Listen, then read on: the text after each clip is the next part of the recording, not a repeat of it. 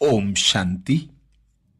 बाबा के अनन्य रत्न दादी प्रकाशमणि और दादी गुलजार जी बाबा की याद की लगन में मगन रहकर दादियां हम भाई बहनों के लिए ज्ञान के गुह्य रहस्यों के तले में जाकर सहज रीति से समझाती, जिसे समझकर हम भाई बहन भी दादियों के समान संपूर्ण संपन्न बनकर बाप की प्रत्यक्षता के निमित्त बन सकें। जिस प्रकार दादियों के संकल्प, बोल और कर्म द्वारा बाबा प्रत्यक्ष होता है, ऐसे ही दादियों की जो शिक्षाएं हैं उन्हें जब हम सुनकर उनका मनन चिंतन करते हैं तो स्वतः ही बाबा की याद में खो जाते हैं। तो ऐसी दादियों की विशेष शिक्षाएं मनन करेंगे। दादी प्रकाशमणि जी कहती हैं, पुकारना अथवा मांगना भक्ति के संस्कार हैं, ब्राह्मणों के नहीं। पुकारना अथवा मांगना भक्ति के संस्कार हैं, ब्राह्मणों के नहीं। दादी गुलजार जी कहती हैं, मेरा कहने के बजाय कहो मेरा बाबा, मेरा कहने के बजाय कहो मेरा बाबा।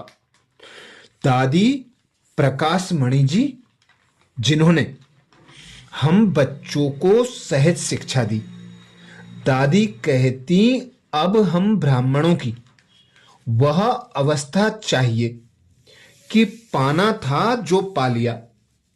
जब हम इस स्थिति में पहुंच जाते हैं तो मांगना समाप्त हो जाता है। बाप से बच्चों को मांगने की दरकार नहीं रहती, वह आपे ही देता है। बाबा कई बार हम बच्चों को अमृत वेले का रमणीक दृश्य सुनाते हैं। सवेरे सवेरे बच्चे बाप से मांगते हैं, क्या क्या उल्हने देते हैं। अगर साक्षी होकर देखो तो आपको भी मजा आएगा। साथ साथ बाबा यह भी कहते, बच्चे तुम्हें जो भी प्राप्तियां करनी है, जिस भी संबंध का रस लेना है, वह अमृत वेले बाप से ले सकते हो, क्योंकि उस समय बाप भोलानाथ के रूप में होता है। यह किनके लिए कहा? जिन बच्चों को बाबा देखता यह तृप्त नहीं है तो बुद्धि औरों में ना जाए, इसलिए कहता मेरे से ही लो। लेकिन मांगना ब्राह्मणों का धर्म नहीं है, यह तो भक्ति के संस्कार हैं। जब कोई तबीयत के कारण या कोई कमी के कारण डिस्टर्ब होकर कहते हैं, हे बाबा ओ बाबा, तो बाबा के हो, तुम्हारे मुख से कभी भी हाय हाय नहीं निकल सकता। बाप हम बच्चों के यह हाय हाय के बोल सुन नहीं सकते। जब बाप और ड्रामा में निश्चय है तो फिर हाय हाय के बोल मुख से क्यों निकलते हैं? हे बाबा कहना भी हमारी पुकार के बोल हैं। पुकार का बोल भक्ति का, प्रार्थना का, मांगने का है। यह शक्तिहीन का शब्द है। यह पुकारना भी भक्ति की आदत है। बाबा ने हमारे सब पुराने संस्कार मिटाए हैं, इसलिए बाबा को यह शब्द भी पसंद नहीं है। बच्चे कहें, बाबा मैं क्या करूं, मेरे में शक्ति नहीं है। बाबा हमें राजाओं का राजा बनाते हैं, फिर हम नीच स्थिति में क्यों आते हैं? हमने कभी भी मम्मा के मुख से यह नहीं सुना कि बाबा कराएगा, बाबा शक्ति देगा। क्यों? क्योंकि मम्मा हमेशा अपनी अथॉरिटी में रहती थी। मैं जगदम्बा हूं, यह अथॉरिटी थी। मैं भी जितना अथॉरिटी में रहूंगी उतना मुझे ऑटोमेटिकली मिलता रहेगा। मैं हे करके अपने को नीच क्यों लाऊं? मैं हे कहकर अपने को नीचे क्यों लाऊं? हे बाबा, यह मेरे संस्कार हैं, ऐसा कहना भी दे अभिमान है। जैसे अपने आप से बेचैन होकर यह शब्द बोलते, ओहो बाबा, ओहो बाबा, यह एक दिन की खुशी के बोल हैं। जब यह बोल निकलते कि हाय मैं क्या करूं, तो सिद्ध होता है कि बाबा ने मुझे भरपूर नहीं किया है। हाय हाय कहकर मैं अपनी कमजोरी नहीं मिटा सकती। निश्चय अटूट हो तो नशे में सदा झूमते रहेंगे। कोई भी पेपर आए, मैं हाय क्यों कहूं? हाय कहना यह भी शिव बाबा की इंसल्ट करना है। यह परिस्थितियों का चक्र है, मुझे इस चक्र से पार होना है। ऐसे ही दादी गुलजार जी कहती हैं, मेरा कहने के बजाय कहो मेरा बाबा।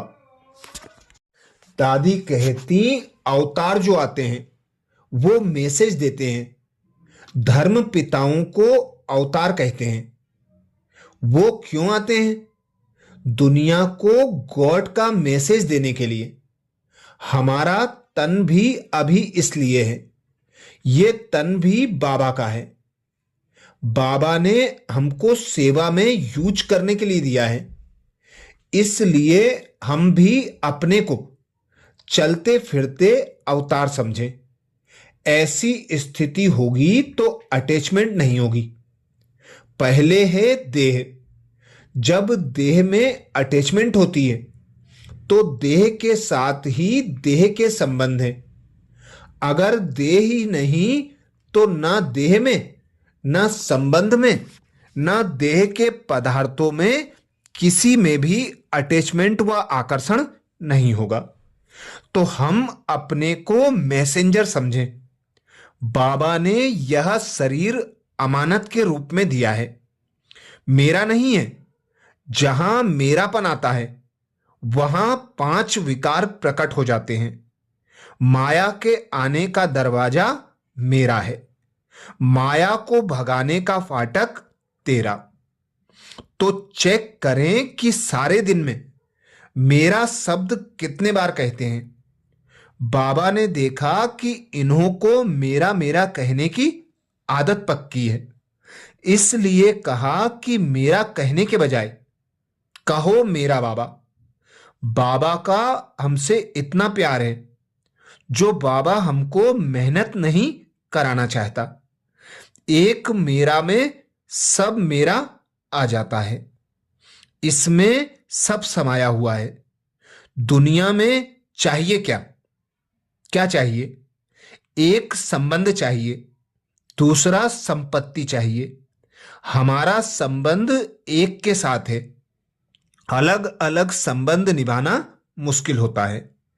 एक को याद करना सहज है।